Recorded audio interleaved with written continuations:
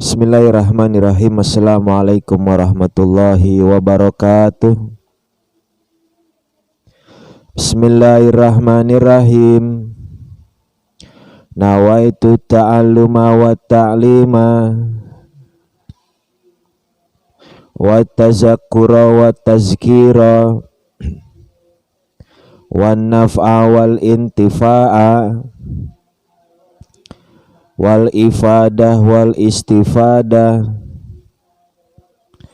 wal hassa ala tamassuki bi kitabillahi wa sunnati rasulihi wad du'a ilal huda wad dalalati alal khair ibtigha'a wajhillah wa mardati wa kurbi wa sawabi rabbi zidni ilman warzuqni fahman amin. Al-Fatihah khususan li mu'alif hadzal kitab ayyuhal walad li Syekh al-Imam Abu Hamid Muhammad bin Muhammad al-Ghazali rahimahullahu ta'ala wa ardah. Syai'lillah lahu al-Fatihah. A'udhu billahi minasyaitanir rajim. Bismillahirrahmanirrahim. Alhamdulillahi rabbil alamin. Ar-Rahmanirrahim. Maliki yaumiddin. Kanasta'in ihdinas siratal mustaqim siratal ladzina an'amta 'alaihim ghairil maghdubi 'alaihim waladdallin. Amin. Buka kitabnya Muqaddimah. Udah? Yang awal Muqaddimah paling atas. Bismillahirrahmanirrahim. Ini kitab bernama Ayyuhal Walad, wahai anakku, nama judulnya. Kitab ini lahir karena ada sebuah permintaan dari muridnya untuk membuat satu karangan yang mana karangannya akan menemani dirinya selama hidupnya. Nah, cerita itu akan dibahas dalam Muqaddimah. Kalian juga bisa baca ya. Bismillahirrahmanirrahim. Alhamdulillahirabbil alamin wal aqibatu lil muttaqin wassalatu wassalam ala nabihi Muhammadin wa alihi ajma'in.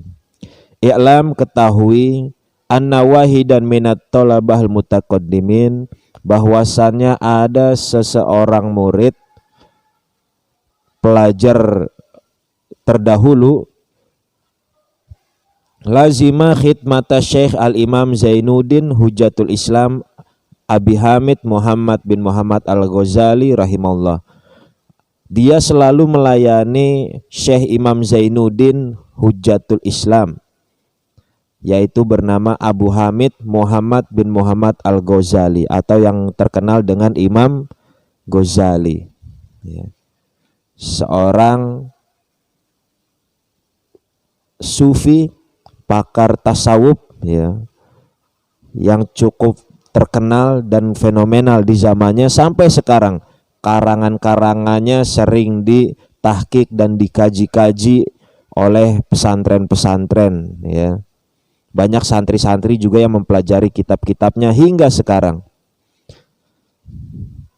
Artinya beliau adalah sosok yang sangat berpengaruh dalam kemajuan agama Islam. Terlebih beliau fokus pada bidang tasawuf atau akhlak dalam agama Islam. Seperti kita yang sedang mengkaji kitabnya, yaitu bernama Ayyuhal Walad. Wastagola bitahsili wa qiraatil ilmi alaih. Dan si tolib itu atau si pelajar itu, santrinya itu selalu sibuk mencari dan membaca ilmu kepadanya, kepada Imam Ghazali. Hatta jama'a daqaiqal ulum, sehingga ia mengumpulkan ilmu-ilmu yang cukup sulit oleh Imam Ghazali. Wastakmala, dan ia menyempurnakan fadailan nafsi, keutamaan-keutamaan jiwanya. Summa innahu tafakkar, kemudian santri itu berpikir, suatu hari berpikir, yauman fi hali nafsi, pada dirinya, wa khotara ala babi, dan terlintas bisikan hatinya. Dia seperti bicara kepada dirinya sendiri. Faqala, kemudian ia berkata, ini qara'tu anwa'an minal ulum, sesungguhnya aku telah membaca bermacam-macam ilmu bersama Imam Ghazali, bersama gurunya. Wasaraftu roy'ana umri, dan aku telah menghabiskan keindahan umur masa mudaku. Jadi masa mudanya habis hanya untuk menuntut ilmu. Ya, dari SD, SMP, SMA, kuliah, S1, S2, S3 sampai umur 30 tahun dia hanya fokus belajar kepada guru-gurunya. Jadi masa-masa mudanya itu tidak dipakai untuk bersenang-senang, hanya untuk nyantri, untuk mondok, untuk belajar dan belajar, karena ilmunya Allah Subhanahu wa taala itu sangat luas. Bahkan Nabi SAW dalam hadisnya mengumpamakan atau menganalogikan bahwa ilmu manusia itu sedikit, seperti ketika kita menyelupkan jari telunjuk kita ke tengah laut, ke air, diselupin ke air, diangkat, kemudian air menetes setetes. Nah, yang setetes itu adalah ilmu manusia. Nah, air laut sisanya itu adalah ilmunya Allah Subhanahu wa ta'ala. Maha kuasa Allah. Allah maha mengetahui. Pengetahuan Allah begitu luas. Kita semua nggak bakal bisa menimba banyak sekali ilmu. Ya, pengetahuan manusia sangat terbatas. Kalau di Jepang mereka berencana untuk menghidupkan manusia, sampai sekarang nggak ada yang bisa. Sampai sekarang nggak ada yang bisa. Sepinter-pinternya manusia di Jepang, di Amerika, ya, yang teknologinya cukup diakui oleh dunia, mereka semua nggak ada yang sanggup. Mereka cuma bisa bikin robot. Robot pun ada masanya. Kalau baterainya habis maka dia mati. Tuh. Nggak bisa mereka bikin nyawa. Inilah kekuasaan Allah Subhanahu wa ta'ala. Coba tengok diri kita, jasadnya ada, apa kalau istilah handphonenya, kalau bagian luar namanya apa, casingnya, ya, casingnya ada, ya. Tapi kalau handphone nyawanya pakai baterai. Nah, manusia nyawanya adalah ruh. Nah, nggak ada yang bisa menciptakan ruh. Hanya Allah Subhanahu wa ta'ala yang maha kuasa. Dimasukkannya ruh ke dalam jasad manusia. Jasad yang tadinya nggak berguna, jika dimasukkan ruh ke dalamnya, maka ia akan hidup. Ada nggak pernah melihat atau mendengar cerita manusia yang udah mati hidup lagi? Pernah dengar? Kisahnya siapa? Nabi Isa, ya, Nabi Musa. Pernah nggak ngidupin orang mati? Pernah. Nabiullah Ibrahim alaihissalam pernah menghidupkan burung yang lehernya dipotong-potong, kemudian ditaruh di sudut, ya, 4 sudut di bawah kaki gunung, kemudian dipanggil, wahai burung, datang. Burung itu datang dengan sendirinya. Padahal burung itu ditandai di bawah badannya dengan tanda merah oleh Nabi Ibrahim supaya menyirikan bahwa ini burung yang ia bunuh. Ternyata benar. Burung yang terbang ke dirinya di bawahnya ada tanda merahnya. Nah, ini adalah salah satu kekuasaan Allah Subhanahu wa ta'ala. Itu bentuk-bentuk mukjizat daripada para nabi, ya. Nah, kita kembali lagi.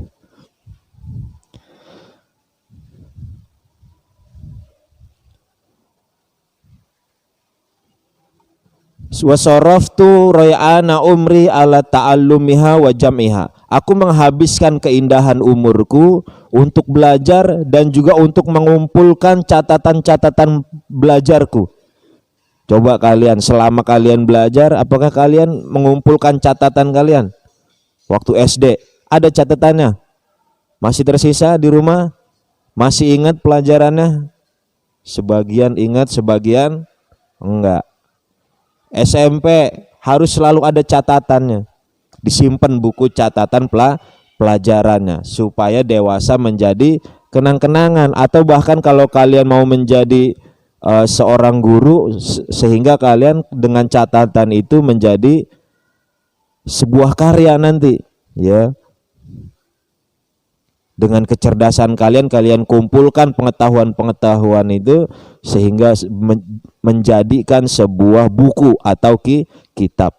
Kemudian buku itu yang kalian karang akan dibaca oleh generasi-generasi berikutnya setelah kalian, ya. Dan itu pahalanya sangat banyak dan berlimpah jika kalian, ya, mensedekahkan ilmu itu kepada generasi selanjutnya. Wal'an, dan sekarang kata santrinya, yang bagi an a'lam, seharusnya saya tahu, ayu nau'iha yanfa'uni godan wa yunisuni fil akhirah, ilmu yang bagaimana bermanfaat untukku besok dan yang dapat menyenangkan aku di dalam akhirat, di alam kubur. Ilmu yang mana yang bisa aku pakai besok dan yang dapat menyenangkanku nanti di akhirat. Wa ayyuha la yanfa hatta atrukahu, dan ilmu yang mana yang tidak perlu dipakai sehingga aku akan meninggalkannya. Tuh, ya. Qala Rasulullah sallallahu alaihi wasallam, Rasulullah bersabda, Allahumma inni a'udzubika min ilmin la yanfa. Ini adalah satu doa kalau ente nuntut ilmu dan ilmunya manfaat. Jadi kamu dijauhi dari ilmu yang tidak manfaat. Ya Allah, sesungguhnya aku berlindung kepadamu dari ilmu yang tidak manfaat. Contohnya seperti apa ilmu yang tidak manfaat?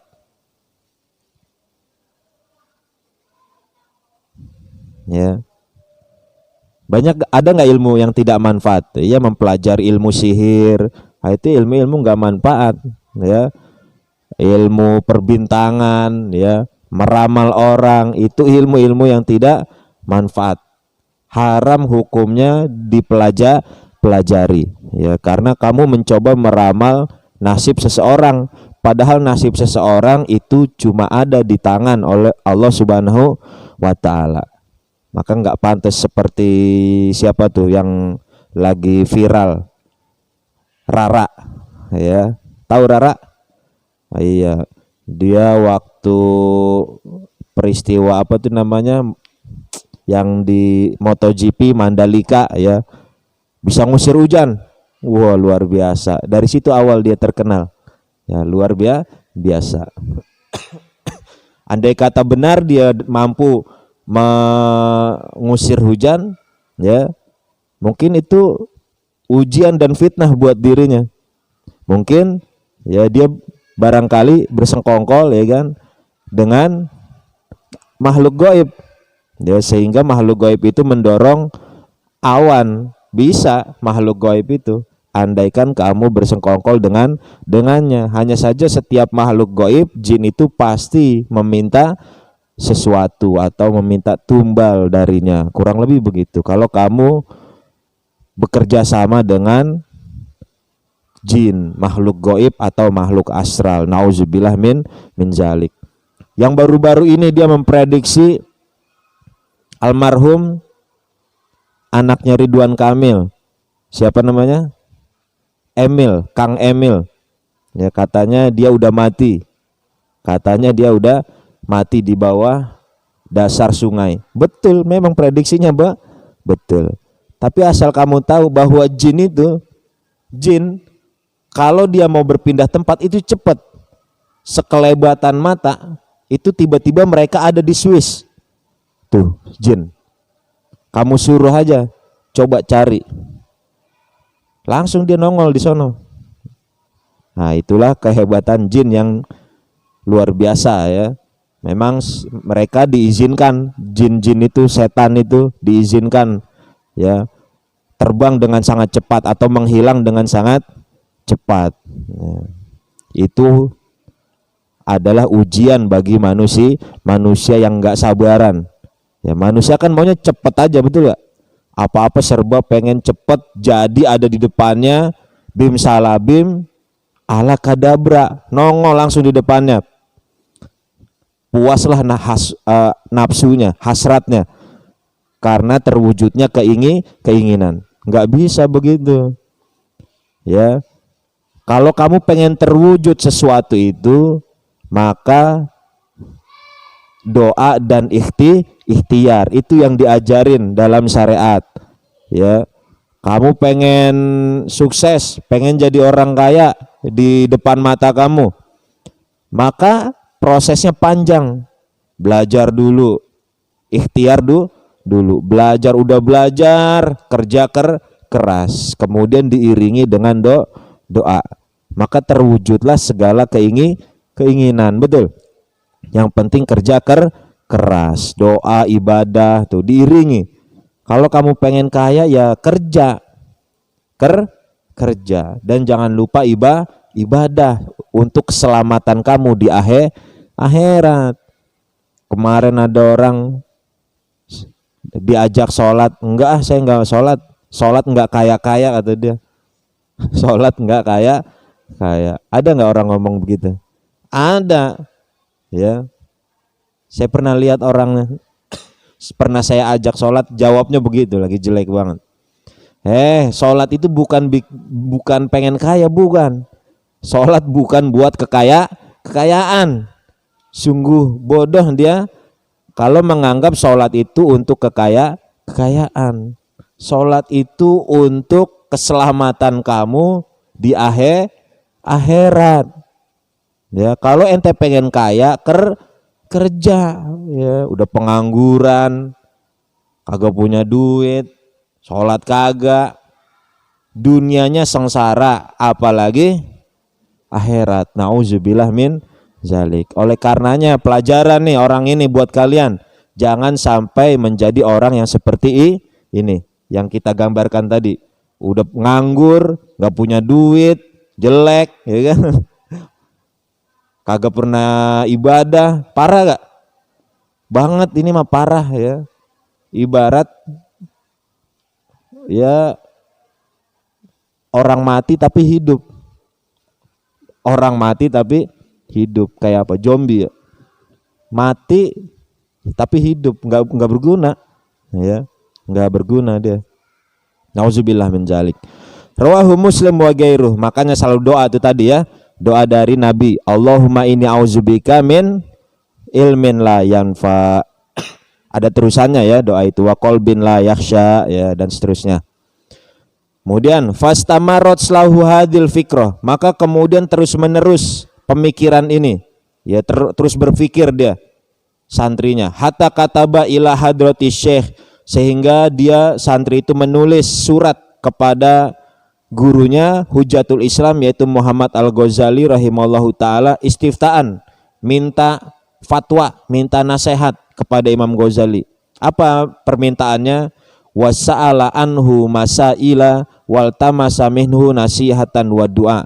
Bertanya kepadanya tentang masalah-masalah, ya, tentang beberapa masalah, dan meminta kepada beliau nasihat dan juga doa. Qala, kemudian dia berkata, wa in kanat musannafatu syekh kal ihya wa ghairi, meskipun guru saya Imam Ghazali, kata santrinya, punya beberapa karangan seperti kitab Ihya Ulumuddin. Wah, ini kitab Ihya Ulumuddin, kitab yang sangat terkenal di kalangan santri karena ini adalah kitab tasawuf akhlak terbesar. Kurang lebih ada 5 jilid ya, besarnya dari sini segini, panjangnya dari sini segini, 1 jilid segini tebalnya. Mau baca 1 jilid, 2 jilid, 3 jilid, 4 jilid, 5 jilid, tebalnya segini semua. Itu karangan Imam Ghazali ya. dan itu sudah dibaca oleh santrinya, udah apal banget isinya, ya. Tapi masih kurang aja. Dia masih meminta nasihat lagi oleh Imam Ghazali, gurunya.